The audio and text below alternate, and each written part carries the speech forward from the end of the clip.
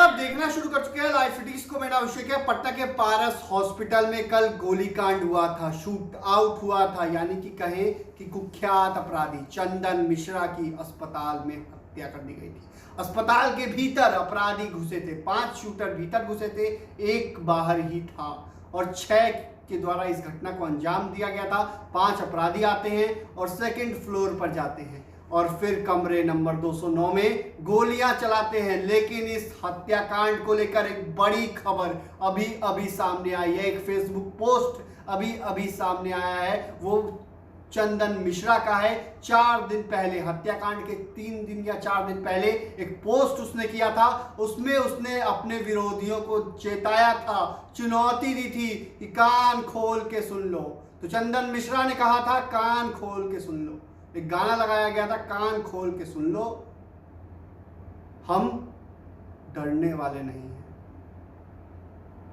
तो उन्होंने Facebook post किया था जिसमें उन्होंने साफ साफ उनकी तस्वीर लगी हुई है और यह भी कहा गया था हम न झुकने वाले थे न झुकने वाले हैं, ना हम झुकने वाले थे ना हम झुकेंगे। तो बड़ी बातें उन्होंने कही थी और यह भी कहा था अपने समाज को लेकर, कभी झुकेंगे नहीं, ना कभी झुके थे पहले, ना अब कभी ना झुकेंगे। तो इस फेसबुक पोस्ट का क्या मतलब था? अपने विरोधियों को किसको मैसेज किया था? उन्होंने किसको मैसेज दिया था? शेरू सिंह को। शेरू सिंह, जिससे उनकी लड़ाई चल रही थी और गैंग वॉर की आशंका जताई गई थी और गैंग वॉर हुआ ही। शेरू सिंह आपको पता है कि जेल में बंद है, बंगाल की पुरुलिया जेल में शेरू सिंह बंद है और उसी जेल से उसने प्लानिंग की थी और उसी जेल से उसने शूटर हायर करवाए और हत्याकांड की घटना को अंजाम दिया। 7:12 पर यह घटना हुई जब पारस हॉस्पिटल में अपराधी घुसे और दे दनादन गोलियां चलाकर कुख्यात अपराधी चंदन मिश्रा को भून दिया गया। तो इस हत्याकांड को लेकर बिहार पुलिस पर सवाल उठ रहे हैं, क्योंकि पटना में सुबह सुबह गोलियां चलती हैं। पटना में, वो भी आपको बता दें कि जहां बिहार पुलिस महकमा है, जहां बिहार पुलिस का मुख्यालय है, उससे 1 किलोमीटर की दूरी पर यह घटना होती है। तो बड़ा सवाल तो उठेगा ही, जिस तरीके से शूट आउट हुआ अस्पताल के भीतर, वो भी बड़े अस्पताल, पटना का दूसरा बड़ा अस्पताल बताया जाता है, उसके भीतर अपराधी अगर अंदर घुसकर वार्ड में गोलियां चला रहे हैं, ताबड़तोड़ गोलियां चला रहे हैं, तो सोच सकते हैं क्या आलम है। तो इस हत्याकांड को लेकर कई फेसबुक पोस्ट वायरल हैं। वहीं जब वो जेल से छूटे थे, आपको पता है कि उनको सजा हुई थी और पैरोल पर बाहर आए थे। पैरोल पर बाहर आया था कुख्यात अपराधी है चंदन मिश्रा, वो पैरोल पर बाहर आया था और उस पर 25 से ज़्यादा मामले दर्ज हैं।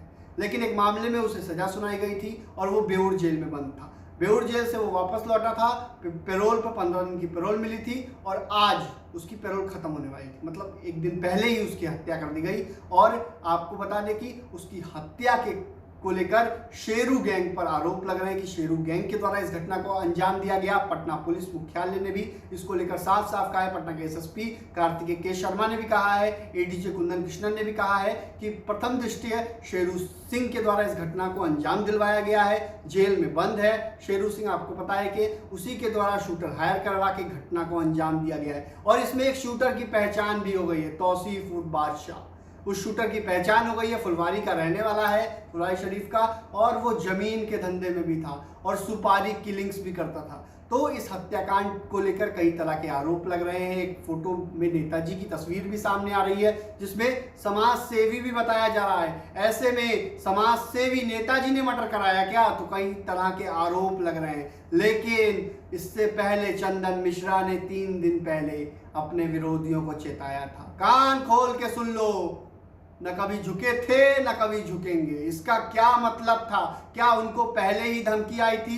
क्या उनको पहले आशंका थी कि उनकी हत्या हो सकती है? लेकिन अगर आशंका होती तो सुरक्षा ले लेते। हालांकि सुरक्षा को लेकर परिजनों ने कहा कि थाने को सूचित किया गया था, थाने ने कोई सुरक्षा नहीं दी। लेकिन सबसे बड़ी बात है ये कि कुख्यात गैंगस्टर था, पैरोल पर बाहर आया है, तो उसको सुरक्षा मिलनी चाहिए थी कि नहीं मिलनी चाहिए थी? उस पर पुलिस को नजर रखनी चाहिए थी कि नहीं रखनी चाहिए थी? हालांकि वो पारस हॉस्पिटल में अपना ऑपरेशन कराने आया था और फिर उसी में उसकी हत्या हो जाती है। तो एक बड़ा सवाल उठता है बिहार की कानून व्यवस्था को लेकर। चिराग पासवान, जो एनडीए के घटक दल हैं, लोक जनशक्ति पार्टी, रामविलास पासवान, उनके द्वारा भी आरोप लगाया गया, उनके द्वारा भी सवाल खड़े किए गए हैं। बिहार में हत्या पर हत्या हो रही है, तो कई तरह के आरोप लग रहे हैं। लेकिन जिस तरीके से हत्या हुई है इसमें 5 शूटर शामिल थे और एक और अपराधी शामिल था। और घटना के बाद एक अहम बात आपको और बता दें, घटना के बाद अपराधियों ने 20 सड़क पर जश्न भी मनाया था। 20 सड़क पर अपराधी जा रहे हैं और जश्न मना रहे हैं। वो वीडियो भी हमने आपको दिखाया था किस तरीके से जश्न मना रहे अपराधी, और लहराते हुए, हथियार लहराते हुए अपराधी जा रहे हैं। वहीं इस घटना को लेकर एक और अहम बात हम आपको बताएंगे, क्योंकि इस घटना में पारस हॉस्पिटल के भीतर घटना हुई। गार्ड जांच करते हैं, क्या गार्ड की भी संलिप्तता थी? क्या गार्ड भी शूटरों के साथ मिले हुए थे? क्या गार्ड को भी हायर किया गया था? तो इसको लेकर भी पटना पुलिस जांच में जुटी है।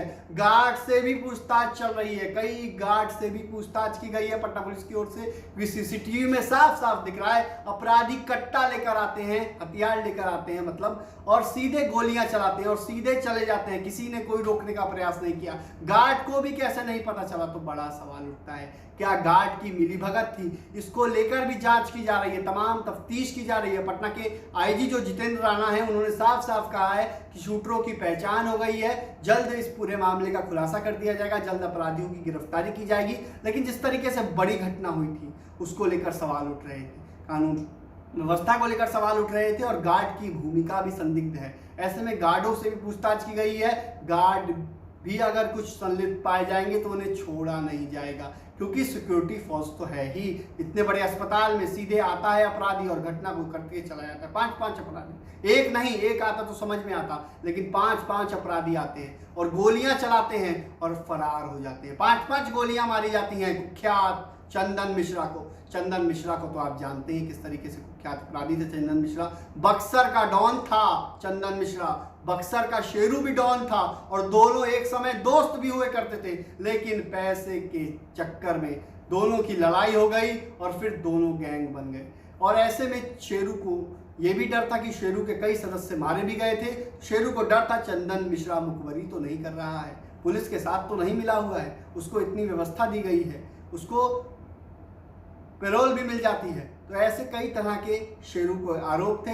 ऐसे में शेरू के द्वारा ही इस घटना को अंजाम दिया गया। ऐसे में ऐसा पटना पुलिस की ओर से कहना है। हालांकि पूरे मामले में वर्चस्व की लड़ाई सामने आई है, जैसा पटना के एसएसपी कार्तिकेय के शर्मा ने भी कहा है। अब देखना होगा इस फेसबुक पोस्ट का क्या मतलब था, कान खोल के सुन लो। क्या पहले फोन आया था? क्या शेरू की ओर से कोई फोन किया गया? तो बड़ा सवाल उठता है, शेरू ने फोन करवाया, तौसीफ बादशाह इसमें शामिल था। तौसीफ बादशाह बड़ा अपराधी है, उसके कई रील्स भी वायरल हो रहे हैं जिसमें वो हथियार लहराते भी दिख रहा है और खुलेआम घूम रहा है। तो तमाम आरोप और तमाम मिलीभगत का आरोप लग रहा है। ऐसे में देखना होगा, जिस तरीके से कान खोल के सुन लो तौसीफ कहा था चंदन मिश्रा ने मरने से पहले, तो देखना होगा आगे क्या कुछ होता है। फिलहाल बने रहिए ICTs के साथ। हमारे YouTube चैनल को सब्सक्राइब करिए, को लाइक, धन्यवाद।